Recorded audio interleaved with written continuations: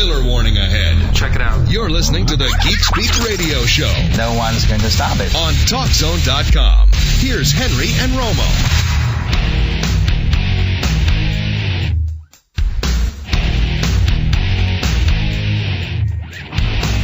And here we are. Welcome back to the Geek Speak Radio Show. Yes, I'm Henry. Yes, he's Romo. And on the phone, we have Paul Dini. Hey, Paul, welcome to the show. Thanks for coming on. We're doing great. Having a lot of fun, actually. Actually, let's start talking about the new creation you have, Tower Prep on Cartoon Network. I actually got to see it last night because I was sent the screener from Cartoon Network. Thanks for that. I really liked it. Romo, you didn't get to see it. No. I was hogging it. Sorry. Yeah, you were. So, Paul, you're the creator and the executive producer. So tell everybody that, because of course it premieres tomorrow. Tell everybody about Tower Prep. Tower Prep is an hour-long drama show, live action, oddly enough, for Cartoon Network.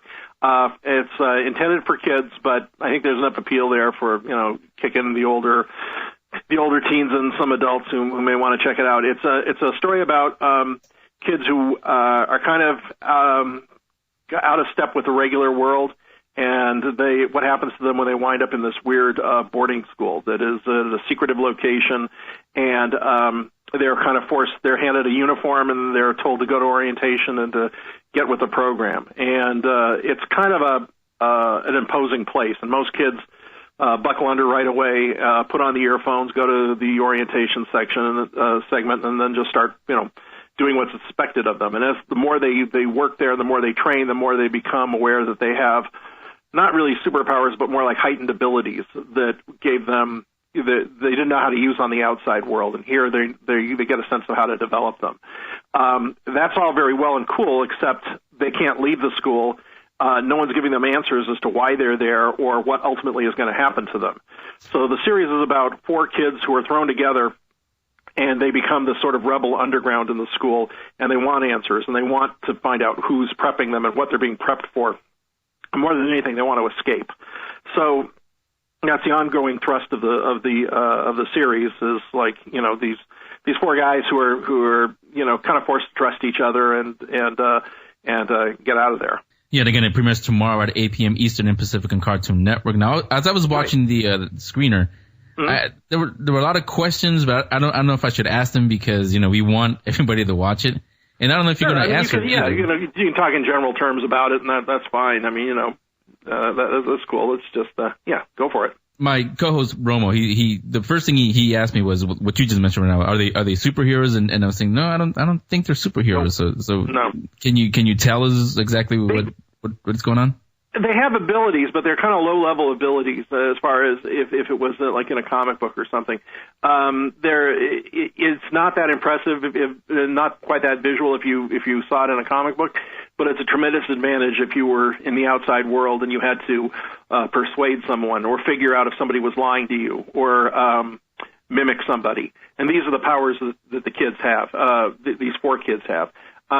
Everybody at the school has something a little different. Some of the powers some of the abilities are a little weirder, a little more out there. But in coming up with what these kids are developing and what they know how to do, I thought back to high school, and I thought, what does a kid really want to do in high school? Well, they want to fit in. They want to know who their friends are right away. They want to be able to talk themselves out of any bad situation and make friends, easily, like any kind of class clown can, or anybody who's got can got a funny twist or phrase or something. And I guess most important, they want to know just a split second before they're going to be bullied or humiliated or have something thrust on them. If they had that edge, then high school would be pretty easy. So these kids have that edge, but they're in a school where nothing is ever easy. So they have to rely on more than their abilities to get through it. They have to kind of take what else they've got in order to survive and get out of there. Like you were talking about the main character, Ian Archer, Preflex is his power. That's what you're referencing right there. From what I got, and again, I guess I have to watch the series as it goes on, but they seem to be the only ones that are showing so far these powers. The other kids have them too. Are you going to show them or no? Yeah, some of the bully kids that Ian is thrown in with at the beginning, there's really not there's only the vaguest clue as to what one of the other kids can do to him. It's like when Ray, the dark-haired kid, says, "Are you sure?" And we never actually see Ian take him up on the dare. Ian actually decides, maybe it's not worth it. Maybe I shouldn't jump in this time, which actually probably was a good move for him, because as the series goes along, Ray gets pretty formidable. But where'd you get the? No, go ahead. No, I was not. I was going to say, where'd you get the idea for the story? I haven't been in high school in decades, but I remembered everything that I went through. I actually went to prep school, and most of everything that my first day in school, I remembered and I wrote down, and most everything is in the pilot. I used all that, getting, with the exception of waking up in bed, disoriented, everything. It was just sort of like my folks dropped me off, gave me my suitcase, said, "Well, here you are," and went in and met my roommates, and they were about the same as they are in the pilot, and then just was, we'll see you at Christmas, maybe, and that was it. So I just took all those same feelings of anxiety and alienation I got to say, mission accomplished, because I went to the same school too. Not the same one you did, but prep school also. And when I was watching the pilot last night, I got the same feelings as like, this is me, this is my story. So I'm sure a lot of people out there will connect to that too. Yeah. I mean, I think that even if a kid didn't go to prep school, they feel that whenever they're thrust into a situation, if they move and they're in a different school, or they go to camp, or they're, even wherever their footing is a little bit off base, they go through the same feelings. I think a prep school just makes a better location, because the parents aren't really an issue. You don't have to deal with them. The character doesn't have to relate to them as a son to father, but there are surrogate figures who can either be, older types that they just don't get along with, or surrogate father figures, or big brothers, or whatever. Walt Disney had a theory, which is why none of the funny characters really had parents in his old cartoons. It's like it's easier for a kid to pick on an uncle and have a running battle with an uncle than it is for a father, which I kind of agree with and kind of don't. But I think that the same holds true in a situation like Tower Prep. It's easier for a kid to have a rivalry, a big ongoing battle between a teacher, that sort of authority figure, than somebody actually lives at home with. There's that familial bond and everything. Yeah, another detail that I liked in the pilot, and I guess it's going to go on through the series, is that the teachers don't really have names. You just refer to them as whatever subject they're teaching, like coach or math or whatever they are. I like that touch. Yeah. I mean, I just wanted to make it a little bit, formal and impersonal, and it just makes it harder for a kid to. It's one more barrier between the kid and the student. Between the student and the teacher. If they can't make that link to like someone's name, if they're just math, and then suddenly math isn't there anymore, and then there's substitute, and then a new math comes in. You don't really have a chance to make that personal connection, which is why it's important for Ian. There's like one scene in the pilot where one of the older kids, the monitor, is walking him around, and he wants to find out, what's your name? Like he's trying to make that personal bond. And he can make that to a degree with the monitors, because they're students who go there and they wouldn't know their names. But with the teachers, it's just subject only, because they just want that distance. They want to create that bit of emotional distance between the teacher and the student. And also, it works for the teachers too, because they don't want the teachers getting too friendly with these kids. You get the sense in the pilot that some of the teachers know it's scary for the kids, and they can kind of feel bad about that, but rules are rules. Yeah, you're going to see that from the coach, actually, right at the beginning. Yeah. Mm-hmm. And I'm a little older than the audience it's intended for, so I watched 2001, and the Whisper computer, you know what it reminded me of right away, right? Oh, yeah, HAL. Yeah. Was that where it came from, or where did you get the idea for that? I just wanted something a little bit more alien, it's like, it just that, again, the idea that it's impersonal, that it's not seen. Although, as we get through the series, everything tends to change. So the way that Whisper appears now may not necessarily be the way Whisper winds up at the end of the first season. Everything. You can't take anything on surface value from the pilot. It looks, it all looks pretty traditional. There's the headmaster who's the hard ass, and then the teachers who all seem to be, removed and distant, and then the bullies and everything, and even some of the other students, but you can kind of, things may flip around a bit as the series goes along. From the first episode to the 13th, you're going to see some huge drastic changes. Yeah, with the four main kids, the CJ character, I don't think she's who she says she is. Of course, you can't tell me exactly what's going to happen, but I got that vibe from her right away. She can read everybody. People have a little trouble reading her. But, she's the only one who doesn't remember how she got there, but she seems to be there the longest out of all of them. Yeah, and she's someone looking for an identity, I guess is the best way to describe her. It's like so she's made this identity for herself which we'll find in some of the subsequent episodes, where she's the popular girl, where in a normal school situation she wouldn't even hang out with the other three. But kind of need and necessity has forced her in with the other three, and she's the most. I think she's the most of the characters who's longing the most to find out where she belongs. Ian wants to get out of there. She wants to find out where she goes. Yeah, that's again. I don't want to talk too much because we do want people to watch it. And the premieres tomorrow on the Cartoon Network. This is, I think, only the second live action series that the Cartoon Network has. Yes, their first was on Natural History, which I believe just wrapped up their first run earlier this month or late last month. Right, and Tower Prep premieres in June. We're coming in on their heels. Tower Prep premieres tomorrow at 8 p.m. Eastern and Pacific on the Cartoon Network. We're talking to Paul Dini, the creator and executive producer. And Paul, having you on this show, my listeners would kill me if I didn't ask you about your other projects that they know and love you for. Oh, please go ahead. Yeah, specifically the Batman cartoons. Oh yeah. And like I mentioned right in the intro, you're the one that created the Harley Quinn character in the animated series. And for me personally, I got to say kudos and thanks a lot for providing me hours of entertainment with the Batman Arkham Asylum game. I love that game. That was a lot of fun. Yeah, it was a lot of fun playing it. I'm glad you liked it.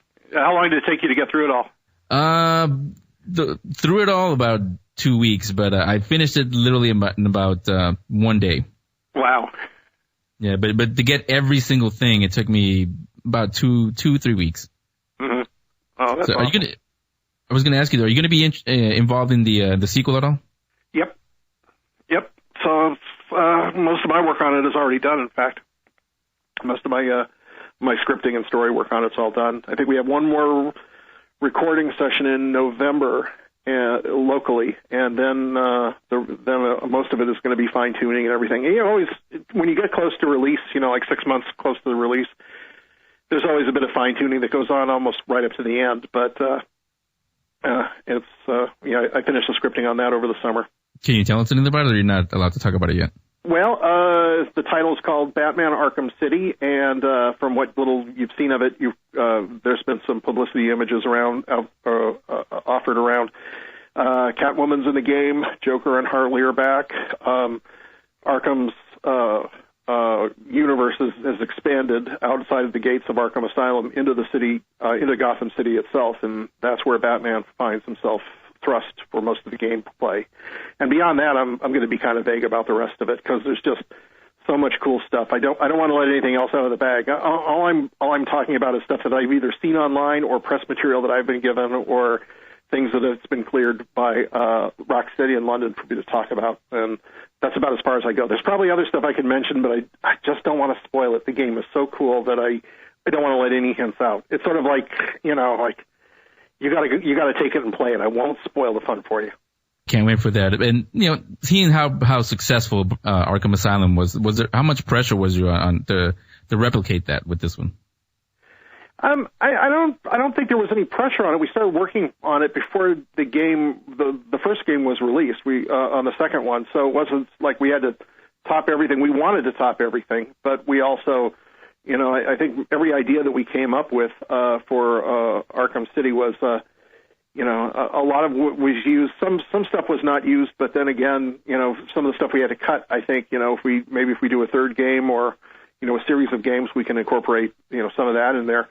But it wasn't like suddenly we had the studio breathing down our neck, saying, "Oh, don't do this. You got to top it. It's got to be more." We mostly wanted to come up with a good, compelling story, and that built off the first one. And once we had that, then we just sort of let our imaginations run wild with it. Now, a couple of weeks ago, we had Jeff Loeb on the show, and he was telling us all the cartoons that are coming up, including the Ultimate Spider-Man. I just read a couple of days ago that now you're going to be involved in that one for Disney XD, right? What can you tell us about that? Again, not too much. I've been working with Jeff and an amazing team of writers who write some of the best action on animation and some of the best comic books in the world right now. And we've just been meeting and having these brainstorming sessions. I've been working on the pilot with Jeff, and that's, we're just hammering that down, and we've got another round of writers' meetings coming up soon, and we're all really excited about it. I think it's a great take on Spider-Man and his world, and not only in terms of stories, but just the visuals are going to look astonishing. I think this is in this story, in this iteration of Spider-Man, you'll see, New York is as much of a character in the show as Spider-Man himself. That's all I'm going to say about it. And again, that one premieres next year, right? Next fall, I believe, yeah. Again, we're talking to Paul Dini. He's the creator, executive producer of Tower Prep. The new show premieres tomorrow on Cartoon Network. Let's go back to Tower Prep again. Like I said, Paul, I had to ask you about those because with this audience, you have to ask about those projects. Yeah. But with Tower Prep, I'm sure you remember Lost, right? Yeah, a little bit. I worked on it the first 2 years. Now, this show, Tower Prep, has a lot of questions, leaves them open-ended. Are you afraid that it's going to be compared to Lost, and especially with your involvement? I don't mind if people, Lost was a terrific show, so if people compare it that way, that was a good show, this is a good show, that's fine. But it's really coming from a different place than really just trying to imitate some of the things that were done in Lost. I think that with dramatic television these days, I think the idea of mystery is becoming more and more prevalent in just about everything out there. I think there are mystery elements in certainly in something like The Event and Heroes and maybe No Ordinary Family. It's just like you create these characters, and then as the creator, you create these characters, and as you are getting to know the characters are getting to know themselves. So more and more layers are peeled back. I think Lost was the first one to do that in a long time, and I think a lot of other shows have set out to directly copy that format. We're not really trying to copy that. We're just trying to create characters that are as multi-leveled and as intriguing and as intricate. But as far as saying, well, this has to be Lost, it's not Lost. It's there are certain elements of isolation, but they're not on an island. It looks like it from the pilot, but right. It's not an island. There happens to be a wall on one side, and then there's like what I imagine were like the White Cliffs of Dover on the other side, just a sheer drop off. But it's definitely a landmass, not an island. Do you plan on giving answers early in the series, or do you want to have them run along? Okay. Yeah, I mean, I think that there are a lot of questions in the pilot, and I think that every few episodes we're going to answer some questions, and we'll also post some new ones, so that by the end of the 13th episode, if we never make another one, we'll have answered just about everything that you've seen in the pilot. Yet, new questions remain. So the kids are going to be challenged every step of the way. As they discover one thing, they'll and solve one mystery, another one will open up. In fact, in the second episode, you'll see that they take pains to document everything they go through, so the audience can check in with them, and also as they discover secrets, the kids are discovering secrets, documenting everything, and hopefully the audience will be keeping a tab in their heads of things they've discovered as well. But the Lost parallels, yeah, I can see them, but the environs of Tower Prep are markedly different than the Lost Island. And having worked on Lost, what did you think of the end? I thought it was very warm and heartfelt, and it may not have been exactly where the audience wanted to go with the answers of the island itself, but I feel that it was where Damon and Carlton wanted to go with providing an ending for those characters.